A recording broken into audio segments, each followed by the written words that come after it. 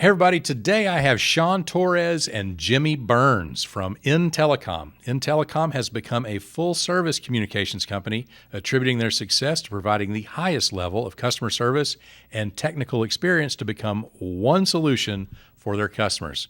So thanks to you both for your time today, and welcome to the show. Oh, thank you, Mark. We appreciate it, man. We're looking forward to this. Yeah, Absolutely. Thanks, Mark. It's great to meet both of you, and I'm real interested to hear more about your story. And so let's just kind of hop right in. And I want to go back to the beginning. So from my notes here, sounds like things got serious back in 2007 when you guys were in college together. So tell me kind of the genesis of this whole business relationship that the two of you have. So Jimmy and I had actually gone to junior high together here in Slidell. Knew each other, weren't really close until probably our senior year in high school. Kind of hung out with some of the same crowds, just had different ventures at the time in life. All my friends were not going to college. None of his friends were kind of going to college. I was chasing a girl to college. Jimmy was actually a smart guy and was really going to college.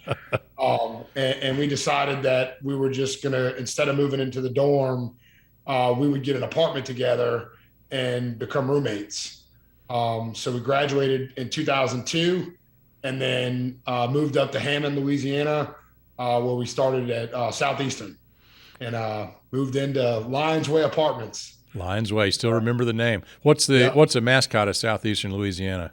A lion. A lion. Okay, that explains it. Yep. So that's kind of where it started. We in our first year of college, we were kind of low key. We worked at a car wash together. Jimmy taught me how to detail cars, and we kind of ran that car wash for Jimmy, about a year? We ran that, huh? Year and a half. Yeah, year and a half or so. Yeah. And then we had left there. We actually got let go from having too many drinks one night, not showing up to work too many times. A college kid doing that's practically unheard of. Yeah. So from there, then we joined a fraternity the second year in school. Okay. So that's kind of where things kind of took off for both of us in college and getting really involved in the university. We got really involved in the fraternity. Met some close friends that we still are friends with today. Actually opened some businesses with them as well. Okay.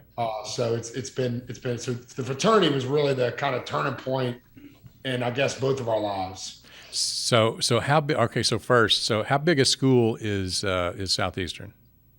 At the time, it was 16,000 students. Okay, so that's a good size school. Decent size. Yep. Yeah, and how many guys were in the house? We had 31, I think it was, in the house, somewhere around that number. Okay, Yeah. so Coming and going. Yeah, right, coming and going, and they were all buttoned up and highly responsible and no trouble. Yes. Yeah. Right. Absolutely. Yeah. Yeah. So all right, Yeah. so you get in there, you start to become more engaged in kind of your university experience, I guess, and Yep. doing some things. You're probably taking on some roles and offices in the fraternity, and you meet some new people and all that. So that starts to lead to starting businesses. So what was kind of the first thing, I guess, after the car wash? So so Jimmy and I both worked at Verizon. Jimmy had left Verizon Wireless, went to Nuvox, and we were both doing really well in life. And this was literally probably a year after we graduated. Maybe it was a year after. We decided that we were going to open up an Anytime Fitness. So we were drinking one night and talking about opening up a gym. And Jimmy was always the guy, if you talked about it, he would go get information and bring it back and kind of like say, hey man, here's reality. If you want to do this, this is what it takes. And Jimmy and I emptied out our savings accounts and opened up an Anytime Fitness. Wow. Not really understanding what we were really getting ourselves into. Wow. So who was really pushing this, Jimmy? Was it Shawn pushing it, or were you pushing it, or were you both pushing it? I think we were both pushing. I mean, I think it started as an idea, right? And we always wanted to get into business. So really, and it sounded like a cool business, right? We worked out, went to the gym. So we're like, man, we can get paid to work out and hang out with our friends. This is a no-brainer, right? Paid to do what we love. Exactly. So then I went and got the information, and we both agreed. We said, man, let's do it. We don't know nothing about it, but we'll figure it out, right? And that's kind of where where it started. We picked a town called Pearl River, Louisiana. Okay. At the time, they had one red light in the whole town, and Anytime Fitness told us we were pretty much crazy to open a gym in Pearl River, Louisiana. We explained to them, man, when we open this gym, they're going to have two red lights in Pearl River. The second one's going to be right in front of our gym, right? So kind of despite those odds, some stubbornness. Well, how did you pick that place? There had to be some reason. Why go there? So my brother-in-law actually lived in Pearl River, and I kept driving. We would go over by his house on the weekends to watch UFC fights, Jimmy and I. And I'm like, man, they got all these people that live out here and they don't have a gym, and that was kind of what started it. So were you right? Was it a good place? Yeah, it's still open today. We sold it 4 years ago. 2018, yeah. Yeah, we sold it 4 years ago, and it's still in business. Wow. At the time we sold it, we had about 800 members. Wow. How many people live in that town? In the city limits, it's about 1,300. Yeah. Yeah. That's got to be just a development record in and of itself. You get 800 out of 1,300 people. Yeah. At one time, that Anytime Fitness was the fastest growing Anytime Fitness in the United States. That's awesome. So what was the key to making that work? Why were you so successful, you think? I think that we, obviously from our perspective, we needed it to succeed. Okay. Because we put every single penny we had left to our name in it. Didn't really have no plan B to go ask anybody for help, and we paid attention to it. We came in, we offered a clean environment. We were always, extremely nice to our members and treated them like family, and made it a really friendly. I still get people today to tell me like, man, I wish you would buy that gym back, because the people that bought it do not run it like you and Jimmy ran it. So I think it was just, again, it was a side job, but we treated it we were so into it, and it wasn't about the money. It was about, I didn't want to lose the money that I put into it. Right, because you worked hard to get that. Yes, yeah, I would think if you knew that many people in a town of that size that well, that they would be trying to get you to run for mayor or something, right? Yeah, well, the crazy thing, Mark, we didn't know anybody. And it was always like a thing of people in Slidell don't go to Pearl River, people in Pearl River don't go to Slidell. So like when we opened this, people thought we had like rich dads that gave us money to open this thing. It was not that. We don't have rich dads. So there was this was our money that we earned and we put into this. So it was quite interesting. Well, that's good. All right. So we didn't lose the money. It worked. It, went for a good while, sounds like. And then you finally sold it. Hopefully you did well on the exit. And then along the path, it sounds like you got into the smoothie business. Tell me about that. Well, I got let go from Verizon. And when I got I thought Jimmy let you go from the Anytime Fitness. No. Okay, it was Verizon. Okay. Yeah. So meanwhile, after opening the gym, I got fired from Verizon. So I didn't know what I was going to do. Jimmy was saying, "Why don't we fire Rhonda at the gym and you could just run it?" And I'm like, "Well, man, we just got this lady to quit her job to come work here, and I just got fired." So I said, "No, I don't think that's a good idea that we fire this lady. She's got a family and she needs this job. I'll figure it out." So I started cutting people's grass, making some money that way, trying to figure out. Jimmy had got me an interview at Nubox. Wasn't really interested in going back to work for somebody. So that's when we started In-Telecom, actually. Okay. So In-Telecom actually came before the smoothie shop. Oh, it did? Yeah. Yes. Yeah. Okay. Well, let's string this together. Okay. So we start In-Telecom. And then, out of the gate In-Telecom, you had how many people? It was just him and I. So our plan was we were going to go out and talk to people about their cell phones and landline bills and take a percentage of the savings. Okay. So if you had a $2,000 cell phone bill and I saved you $1,000 a month, you pay me $500 a month for 3 years. Okay. And it was not going well. We were young. We had drummed up a few contracts, probably about $3,000, $3,500 a month, but not a real business. Okay. Right. So in the midst of it, my crazy visionary mind told Jimmy I thought it'd be a good idea if we opened up a smoothie shop and next to the gym, because they had a suite open and all these people were telling us they wanted healthy food. And we went to Smoothie King and tried to franchise a Smoothie King, and they told us no. Because they didn't like the town. It wasn't big enough. Wasn't big enough. And, so we went against them and opened up our own smoothie shop called Smoothielicious, and we were going to be the next Smoothie King. Right. So we both emptied out our 401ks that we had from Verizon and opened up the smoothie shop, which was a complete distraction from In-Telecom and what we should have been working on. So how long did that last? 6 months. 6 months. Oh my. Lost it all. We sold the equipment. And meanwhile, one of our clients that was a consulting customer wanted us to get them bids on a phone system. Okay, hang on. Before you go there, go back to the smoothie shop for a little bit. So you empty all your money in, you do this thing, you're going to start the next Smoothie King, you roll for 6 months, it's not doing what you thought it would, right? It's being a distraction from this other business you got going. So tell me about the conversation right there at the end where it's like, look, we gotta get off this. Okay, let's hear it. So this is how straight the conversation was. One night, like any good restaurant owner, we're controlling labor costs, right? Which in our world meant send everybody home and Jimmy and Shawn sweep, mop, and clean dishes. So one night we're controlling labor costs, and I think I'm doing dishes, Shawn sweeping and mopping, and I turned around, I said, and I won't use the language I use so you don't have to edit it, right? But I said, hey man, I didn't go to college to do this. I'm out. And he said, me too. And we walked to the front door, we locked that front door, and that was the end of Smoothielicious. So we made a quick start decision on that one. There you go. That's you called it and did it. And so all right, so you liquidated the stuff you had, got out of it what you could, right? Yep. Lick your wounds and head on down the road.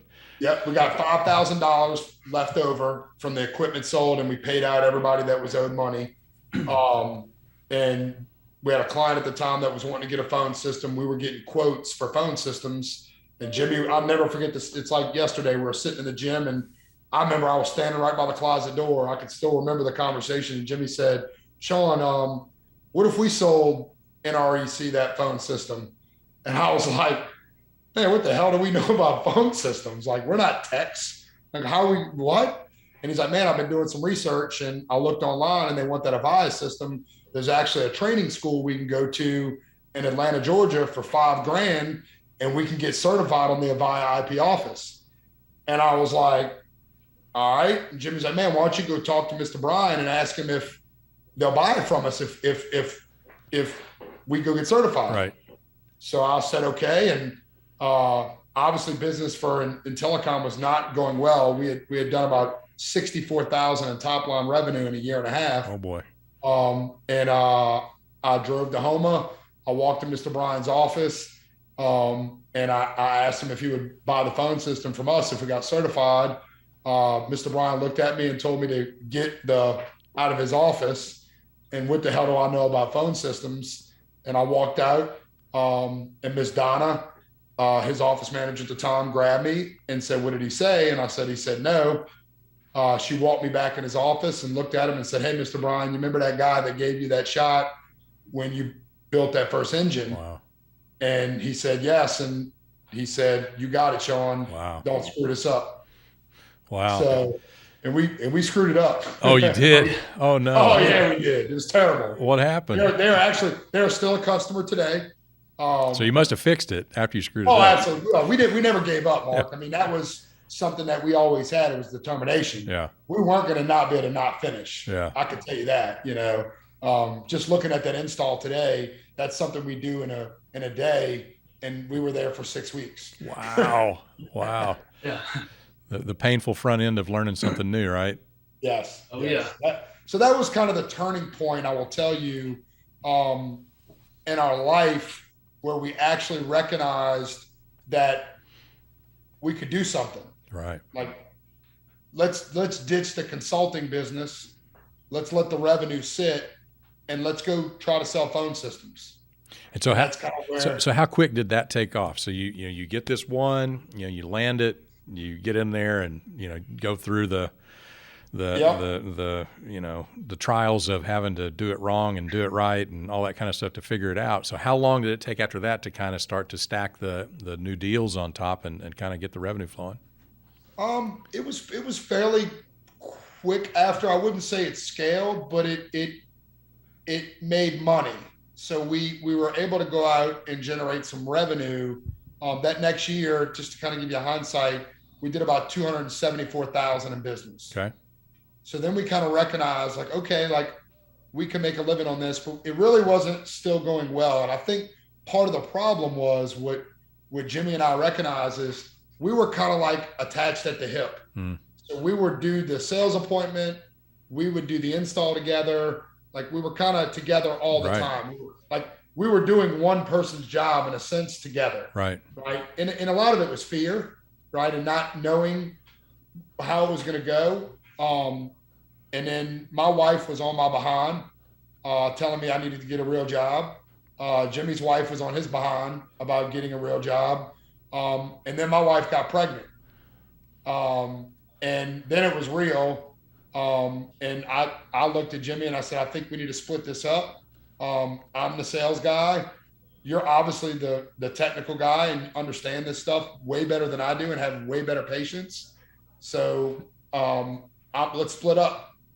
And that next year we did $800,000 in business doing that. Wow. So you more than tripled it. Yeah. So, all right. So at this point though, are you still just the two of you employees? Any other employees or? We had hired one employee to do our billing. Okay. At this point. Neither one of you wanted to do that. No. But it is good to get paid. You did want to get the payment. You just didn't want to do the billing. Yes. All right. So that kind of uncorks something. You start to grow faster. So talk to me about how the team kind of started to grow from there and how you kind of started to delegate different responsibilities gradually. So where the two of you aren't doing everything but the billing. So we had hired some friends, man, and got people we knew to come work for us and went and drummed up some pretty big cabling projects, cabling up buildings with low voltage, understood how to read plans and bid jobs, started doing that, and then recognized that if we were actually going to do this, in order to get to the next level, we needed to hire a real technician, like somebody that actually had done this before, not learned it off of watching YouTube videos. We put an ad out on Better North Shore Jobs. A gentleman by the name of James Estopanol walked into our office. We had told him that we had an idea that we wanted to create our own cloud-based system. This is when cloud was just coming out. Okay. Like Ring Central was in its infant stage. And we decided we wanted to own our own cloud business. Only reason why is we lost the deal to a cloud-based customer. Okay. And a customer told us they wanted to not buy the phone system, but they wanted cloud. Told James our idea. We offered James a job. He obviously declined it because we didn't know how to pay people at the time, right? We were paying people like $15, and he's like, look, man, I make $40 an hour. If I'm going to come be your tech, like you're going to have to do something better than $18 an hour. Jimmy and I had always been pretty conservative with saving money in the company and not taking it. And we had literally just bought our first company vehicle, got it wrapped. I still have pictures of my daughter in the car, right? And James came back and said, I want this much money, I want health insurance, and I want a company car. And we did it. And It was one of the best decisions we ever made. James is still with us today. He's our VP of Technical Services. He runs the biggest department in the company. Great guy. So that made cloud possible. Yes. Right. Making that investment. James had that background in that world. So did that change your thinking about how you compensated yourselves? No. Because we still did not pay ourselves. We probably didn't start paying ourselves real money, truthfully, about a year and a half ago. Wow. And so your spouses loved that. Yeah. No. No, they weren't saying, no, don't pay yourself. You just pay everybody else. No. No, you never heard that. I remember the days telling my wife to don't go to the grocery this week. And we had $500,000 in the bank in the company. Yeah. And I'm like, don't go to the grocery this week.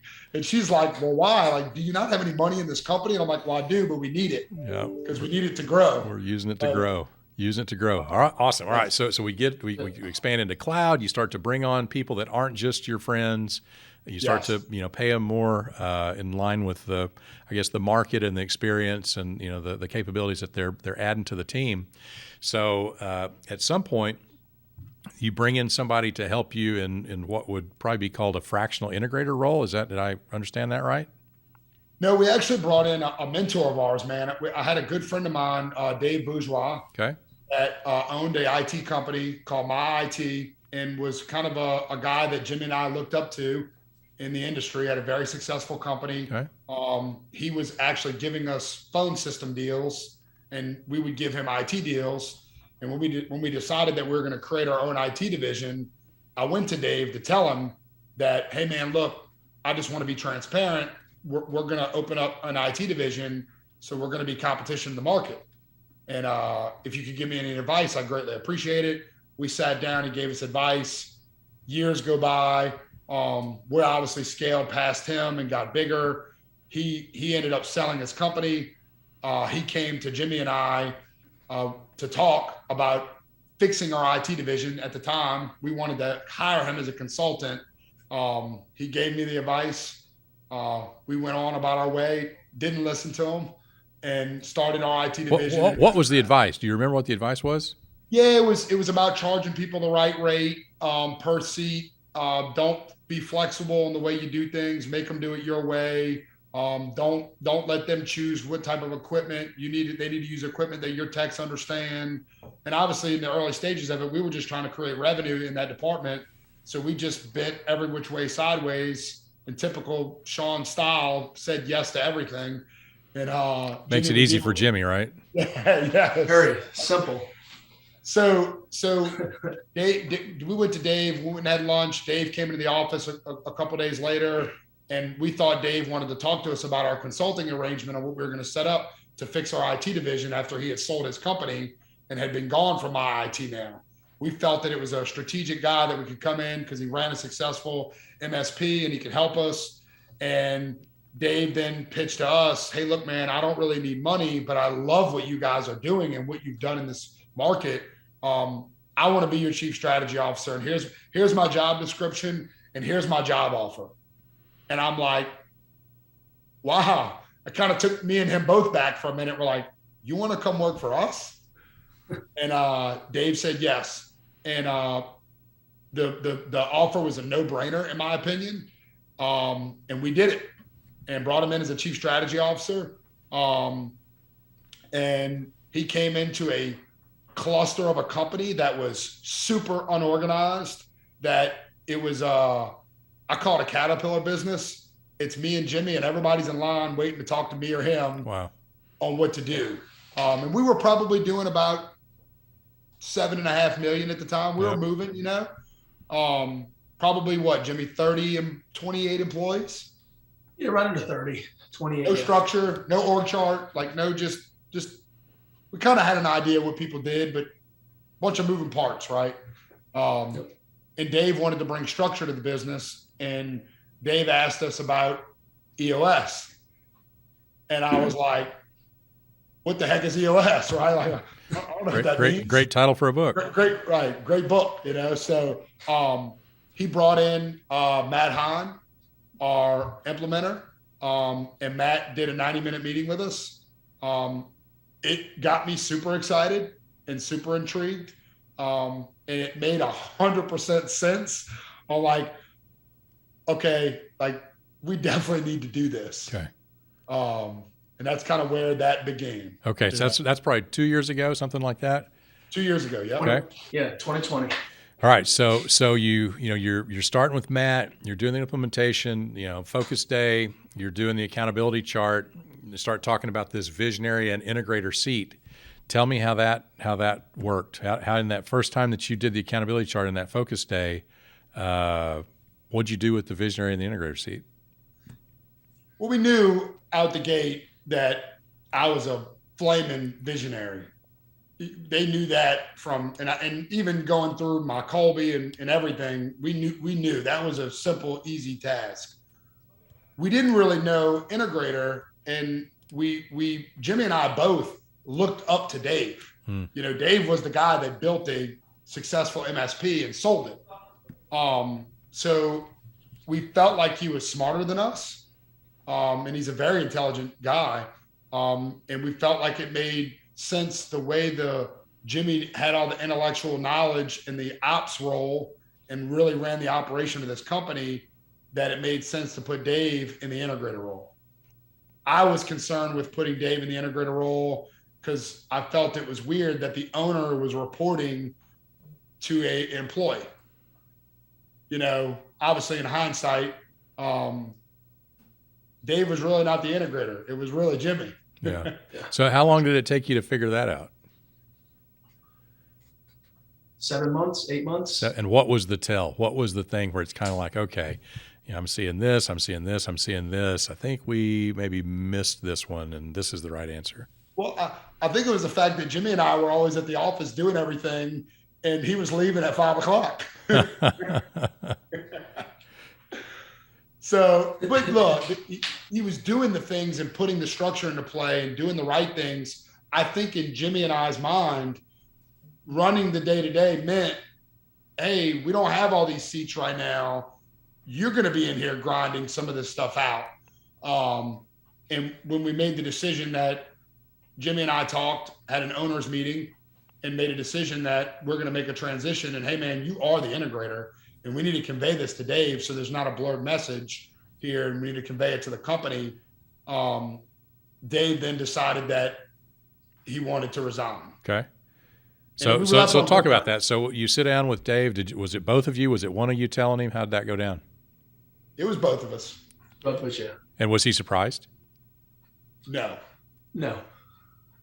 And he agreed, but he wanted a job that he was the integrator. He wanted to be the president of the company that ran the day-to-day and did the deal. Yep. And I get that. I could see that, and we weren't ready to let go of the company. Right. He visioned us in the owner's box. Right. Outside of building the company. Right. So, okay. So he knew what he wanted. Y'all knew what you had. And so it just wasn't a fit. And so he goes along and, finds whatever his next thing is. And then Jimmy, you hop in, right? And so now visionary integrator, I got you two. Tell me about the rest of the leadership team at this point. How many other folks are on the leadership team at that point? At that point, there's probably 3 others on the leadership team. And how many other seats, Jimmy, were you sitting in? You want me to count by tens or single numbers? Take your shoes off if you need to. A fair amount. I mean, probably a good dozen or so. You were in a dozen seats? Maybe. Are you kidding me? I think a lot of it was, as we reflect. So everything we do, we always reflect back and figure out what we could have done differently, right? So one of the things Shawn and I both agreed on was that we did a poor job as the company started scaling because we never started training people on how to do the higher level jobs. We had the people that wanted it. We had the people that had the knowledge. We never trained them. So once we started putting people in their seats, there were bodies in those seats, but the development that needed to happen with those bodies pretty much almost kept you, because it was a lateral effect, because as they were getting elevated, other people were getting elevated. So it's like Shawn's training or I'm training, this person's training. So it was like tic-tac-toe all over the place, right? Everybody's training someone to get elevated in the position. So that's why I was in a bunch of different seats. But really, as time went on, every quarter got better and better, right? Every quarter we're able to delegate more out. Every quarter people got more familiar. Every quarter we figured out what we thought we knew. Okay. We kind of figured out the right way to do things, So really just, it's an evolving accountability chart, even to this date. I mean, it's evolving. Every month we're changing it. It seems like every L10 we're like, hey, we got to hire 22 more people for the end of the year. Back to the accountability chart. Right. So all right. So it's 4 or 5 quarters now since you made the change and you stepped into that integrator seat, and you had 12 seats back then. That's crazy. But how many do you have now that you're sitting in? Today I'd say don't say 10. No. 1.5. Oh, hey, I like that. 1.5. I like that a lot. Shawn, what about you? You sitting in any other seats? No. You're locked in. I'm locked in. Man. You got the seat you want and filling it fully. Yes. Okay. All right. So that's great. All right. So we got you there. We got Jimmy almost there. So that's a lot of progress. So now let's kind of talk about this. Now that it's the two of you in those seats, you've been working together forever. You've been friends forever. You know each other super well. So I'm sure there's this, sort of foundation of trust and familiarity there that is, that's unusual. Takes a long time to build that. So that's a great starting point. So then talk to me about, the structure that we talk about in Rocket Fuel. So, particularly like the same page meeting discipline. Tell me about that. I'm interested in how often you do a same page meeting, how long they are, where you do them, and if that's changed at all since you first started doing it. We're doing them about every other week. At one point we were doing them weekly and we felt like it was too much. Okay. Our same page meetings for the longest time, we weren't doing them, but Jimmy and I train at the gym together. So those gym sessions really turned into same page meetings because we would find ourselves the entire time working out, talking the company and what's going on. And people used to always come up to us all the time and say, man, like, I don't understand how y'all work together, y'all work out together, but I was like, man, I don't see him during the day at the company. Like he's in his world, I'm in my world, got a lot of moving parts. So this is where we kind of catch up. But we have gotten a lot more disciplined with doing them every other week. Sometimes they're very good and sometimes they're not good. What does not good look like? Sometimes it turns into the aggressive Shawn coming out and getting all in Jimmy's ass and putting everything on him, so Jimmy, I'll tell you, Jimmy, what do you do when that happens? So I learned a long time ago how to manage Shawn's personality. So pending the situation on where we're at, if I feel like he's in an opportunity where he's going to listen, then I will battle back. If I feel like he's at a point where he's not going to listen, then normally I'll just tell him, hey man, I got it. I understand. We'll get it resolved. And then we'll normally pick it back up a day or so later, right? When we're both in when we have a more collaborative conversation, right. We'll call it. Less emotions. Right. So it's less really, emotions, it's right? really interesting that you bring that up because I actually see some version of that a lot where the integrator has sort of figured out a code for their visionary. And they kind of know when to talk about certain things and when not to talk about certain things. And so they learn, all right, it's going to be way more effective if I serve this up here, before the meal or after the meal or, kind of whatever the pattern may be. So that's very interesting that and again, not a surprise because you've known each other for so long. But now the fact that you've known each other for so long and you're such good friends, that's probably got to make some things tough too, right? So what's the challenge of that? Tell me about that.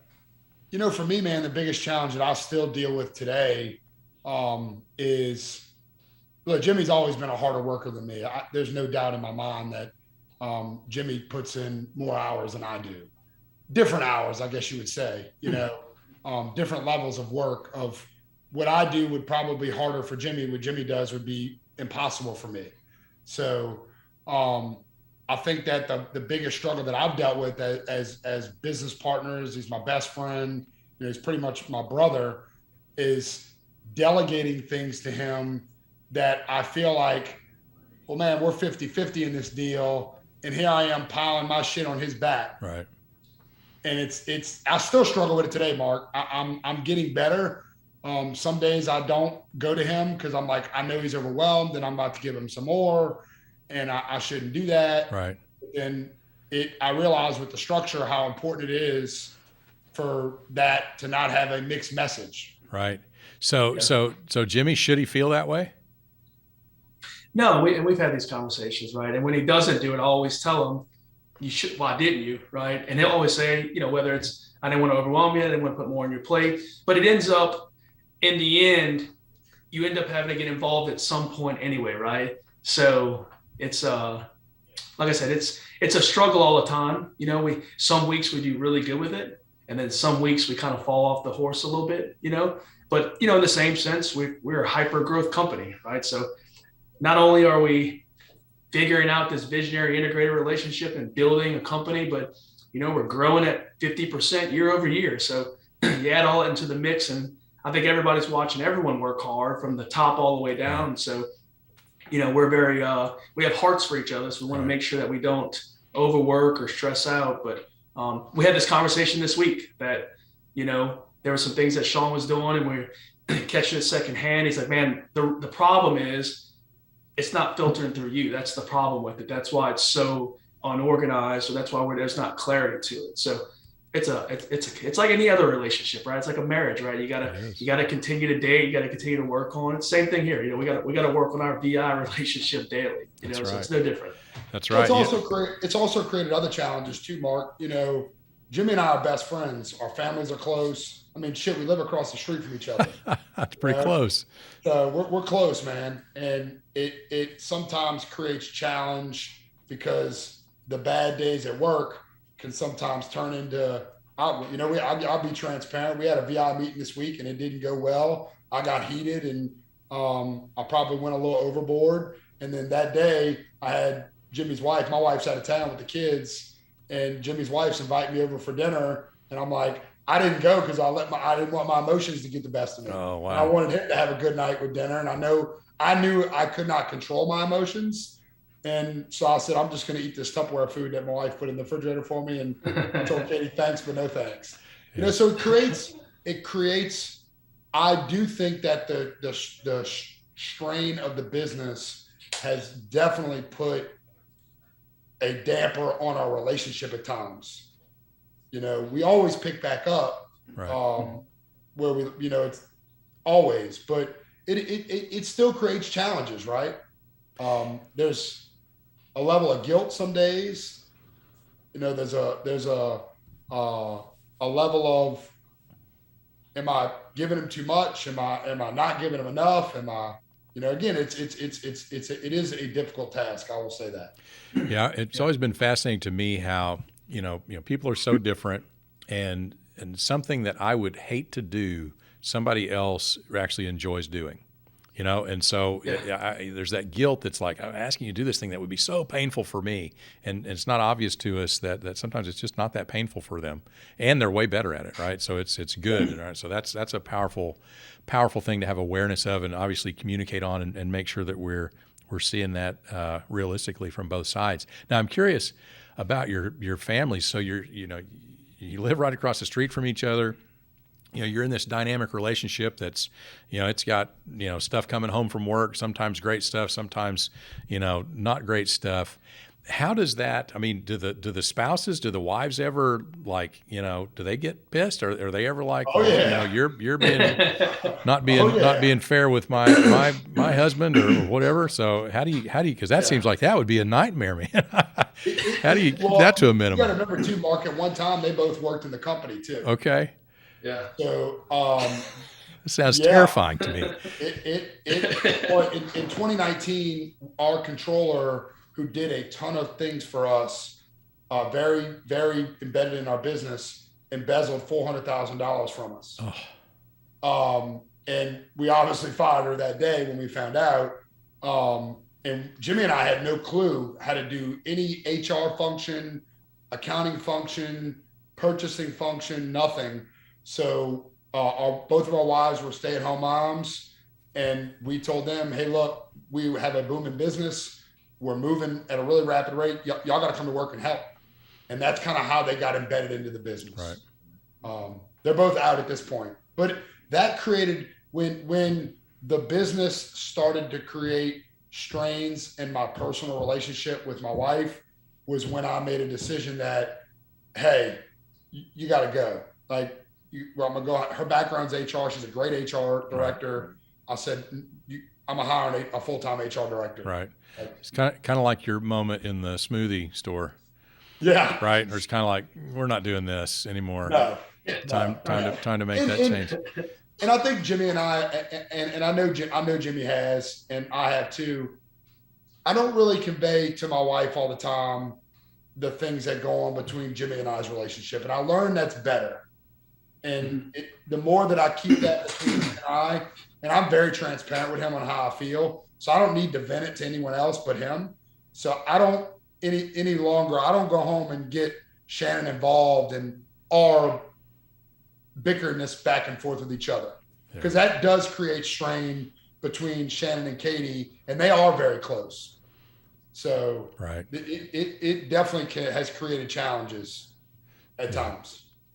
Yeah. Jimmy, you've experiencing that the same way?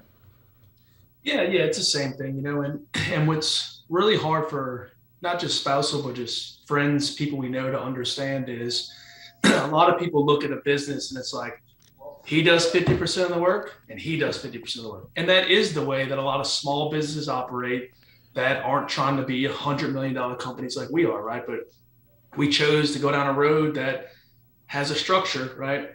And based on that structure, it's not based on the amount of work you do. It's based on where your unique talents and abilities are at. And that's what we try to stay laser focused on. So, a lot of times wives, friends, understanding that can be challenged, can bring its own challenges, right? Because then you try to explain it and you're like, man, I can't do his job. There's no way. You don't want me out there making friends with a bunch of people because I'm probably going to come out, talk to some people, and then I'm going to roll out. And, Shawn's going to he's going to leave out there with 3 new best friends, right? That's not me, So explaining that for me has gotten better with my wife. She understands what I'm good at, what he's good at, right? And we don't look at things as like, who spends more time, right? So if Shawn's at home and I'm not, that's just the demands of my job, but that's what I'm good at too. So like, even though I may be here or I'm doing something, I actually like what I'm doing. Right. So like, it's not a big deal to me. So that's gotten a lot better, but yeah, it's got its own challenge. And then we have kids together, so our kids think they're brothers and sisters. Shawn's got 3 girls. I have 2 boys, they're 11, 9, 8, 7, and 5, right? Yep. So they've grown up together like they're brother and sister, So and they bicker too, right? Because they think they're brother and sister. It's not about the business, right? They're just family. They're family bickering, and arguing. So that's very cool. That sounds like a really special kind of a situation that you guys have going on. So all right, so let me ask you something else here. So we got lots of visionaries and integrators that are listening to this. You guys are you've had a long journey from kind of where you started and your relationship and all these different business experiences. Just the last little bit has really been when you're getting into EOS and really the visionary integrator relationship, where it's the 2 of you in those roles. So I'd like each of you to think about, what's the big lesson that I've learned as it relates to my role here, the visionary or the integrator, that somebody out there that's listening, I wish I had known this sooner. It's something you figured out. It's something you discovered. Maybe it's an aha, but something that, I wish somebody had told me that, or I wish I could have learned that sooner along the way.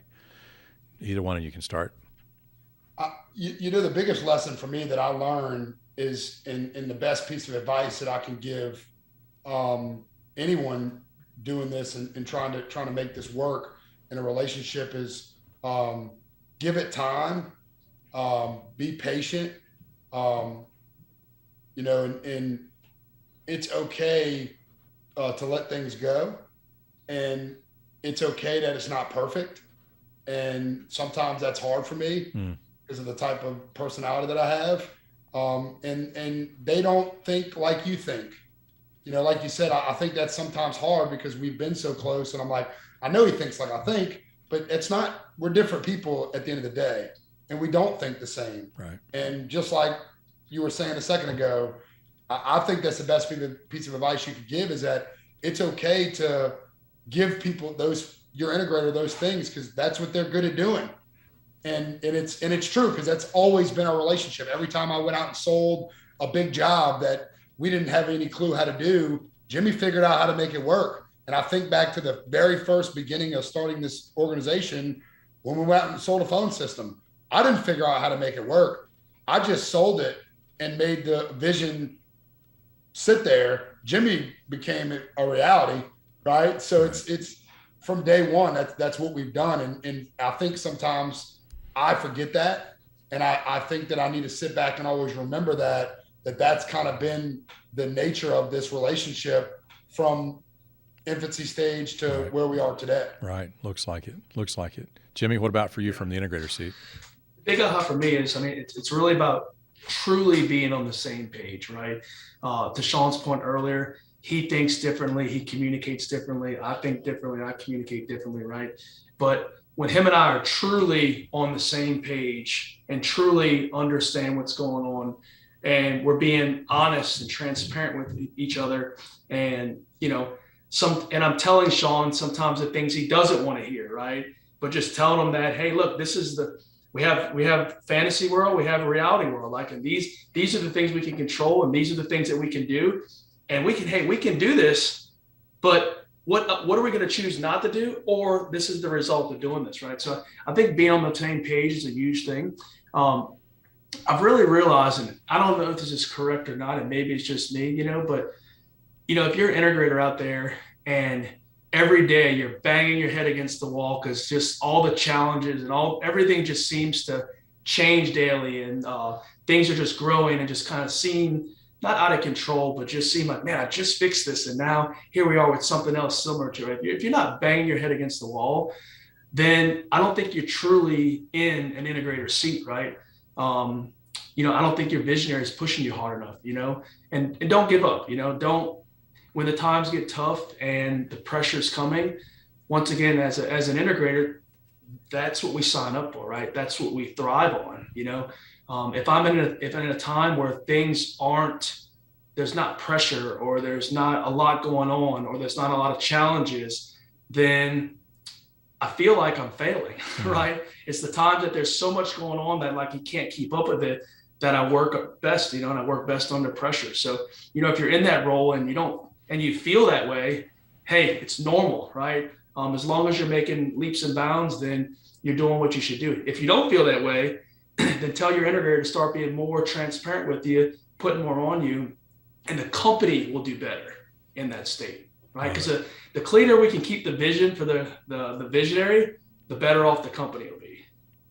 I love it. I think that's great perspective. So, hey, I could talk to you guys all day. This has been a lot of fun for me. I hope it's been fun for you. But I just, I'm really grateful you taking a little bit of time to share some of your story and some of your experiences. And I know that our listeners that'll help them. Everybody's in their own place along this journey, either just starting out or thinking about it, or maybe way down the road. But we can all learn from each other and help us get there a little sooner, maybe with a little bit less pain. So that's the idea, and I'm really appreciate you guys talking to us today. So for listeners that would want to learn more about your business or get in touch with either one of you, what's the best way for them to do that?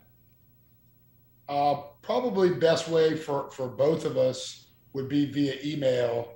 I know we both have social media. I'm a little more active on social media than Jimmy is. I'm probably on all the platforms. I think Jimmy's on 2 of them, Facebook and LinkedIn. So I'm pretty active on LinkedIn. It's a good way to catch me. Okay. And then obviously email at storres@in-telecom.com. We love helping people. We love talking to people that are trying to venture out in EOS. We have turned over about 9 of our friends' companies into EOS companies. Wow! So in the last year, so. Wow. So Matt's very grateful for that too. Multiplying the impact. Yeah, I bet he is. No, that's the world. Hey, the world should be grateful for that. Yes. So that's fantastic. We'll try to make sure all the details there are in the show notes so people can get a hold of y'all. But again, really, really great stuff. And to our listeners, hey, thanks for listening to another episode of the Rocket Fuel Podcast. If you've enjoyed what you're hearing and learned some things that are valuable, appreciate it if you'd leave a review for us on whatever platform it is that you're listening on. That'll help us get this message to more and more folks out there that may benefit from it. So until next time, go Rocket.